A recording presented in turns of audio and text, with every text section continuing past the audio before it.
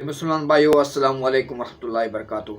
मेरे भाइयों 1 जनवरी 2024 को मेरे एक दोस्त ने मुझे विश किया हैप्पी न्यू ईयर। तो मेरी उस भाई के साथ छोटी सी 1-to-1 कन्वर्सेशन हुई। वो कन्वर्सेशन इस वीडियो के जरिए मैं आपके सामने भी रखना चाहता हूँ। मेरे भाइयों मैं आपके सिर्फ 5 मिनट लूंगा और इन 5 मिनट्स में आपको वाकई में कुछ वैल्यूएबल सुनने को मिलेगा। मेरे भाइयों सबसे पहले तो मेरा सवाल है कि किस बात की खुशी? क्या इस बात की खुशी करूँ कि मैं भी नई जहतों और नई अपॉर्चुनिटीज से भरा ये साल 2024 का पहला दिन है, या इस बात की खुशी करूं कि मेरी जिंदगी से एक कीमती साल कम हो गया? क्या इस बात की खुशी करूं कि साल 2024 में मुझे और कमाने का मौका मिलेगा और अपने बीवी बच्चों के लिए सरमाया इकट्ठा करने का मौका मिलेगा? या फिर इस बात की खुशी करूं कि बीते साल 2023 में मैंने कितनों को धोखा दिया माल के लिए, कितनों का हक मारा माल के लिए, कितनों को लूटा माल के लिए? क्या इस बात की खुशी करूं कि साल 2024 में शेड्यूल्ड कई मैचेस हैं, कोई फुटबॉल के मैचेस हैं या क्रिकेट के मैचेस हैं, और साल 2024 में कई नई फिल्में आने वाली हैं जिनका हमें बेसब्री से इंतजार रहता है? या इस बात की खुशी करूं कि बीते साल 2023 में कितनी ही बार मैंने मैच और फिल्म के लिए नमाज को तर्क कर दिया, मेरी कितनी फर्ज नमाजें छूटी हैं? तो क्या इस बात पर खुशी करूं कि साल 2024 में भी यही मौका मुझे दोबारा मिलेगा? क्या इस बात की खुशी करूं कि साल 2024 में इलेक्शन होने वाला है, देखने का मौका मिलेगा कि इस बार कौन हुकूमत में आएगा, कौन होगा हमारा अगला वजीर आजम? या फिर इस बात की खुशी करूं कि बीते साल 2023 में हमारे मुल्क की किसी भी सियासी जमात ने, किसी भी लीडर ने हमारे भाई फलस्तीन के लिए उस तरह से आवाज नहीं उठाई जिस तरह की उसे आवाज उठानी चाहिए थी। इन इलेक्शंस के लिए, इन सीटों के लिए ये लोग एक काल के ऊपर पूरा मुल्क बंद कर देते हैं, लेकिन अपने मुसलमान भाई के लिए जो यहूदियों के हाथों जल रहा है,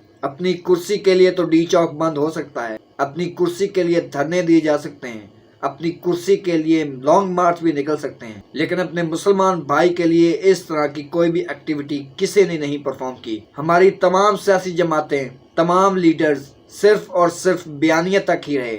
एक बयानिया, 4 नारे, उसके बाद खेल खत्म। इस बात की खुशी करूं कि मेरा भाई जल रहा है और मेरे हाथ बंधे हैं और मैं उसकी आग बुझा भी नहीं सकता। इस बात की खुशी करूं कि मनमानी जिंदगी गुजारने के लिए, अपनी मन मर्जी की जिंदगी गुजारने के लिए साल 2024 मेरे लिए तैयार खड़ा है, और ये साल 2024 नाम की नई ट्रेन में मैं सफर के लिए बैठ गया हूँ।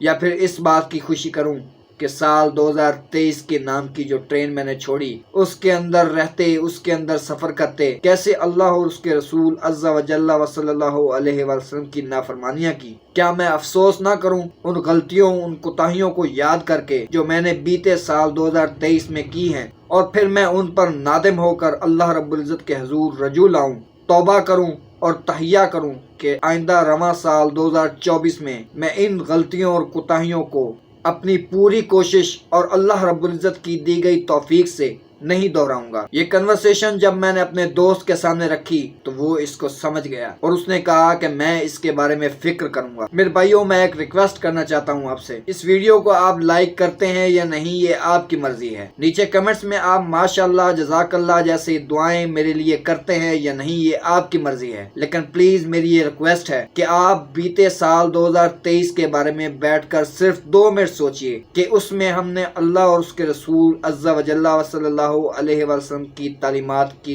कितनी पैरवी की और कितनी हमने अल्लाह और उसके रसूल अज़्ज़ा व जल्ला व सल्लल्लाहु अलैहि वसल्लम की नाफरमानी की है। साल 2024 की खुशी करने से पहले मेरे भाइयों, साल 2023 की गलतियों और कोताहियों पर नादिम होना और अफसोस करना, ये इंशाअल्लाहुल अजीज हमारे साल 2024 को बेहतर करेगा। तो आप 2 मिनट बैठकर इसके बारे में जरूर सोचिएगा, यही मेरी रिक्वेस्ट है, और इंशाअल्लाहुल अजीज इससे हमारी जिंदगी में चेंज जरूर आएगा और हम अल्लाह और उसके रसूल अज़्ज़ा व जल्ला व सल्लल्लाहु अलैहि वसल्लम की तालीमात की पैरवी करने लगेंगे। इसके बारे में ज़रूर सोचिएगा।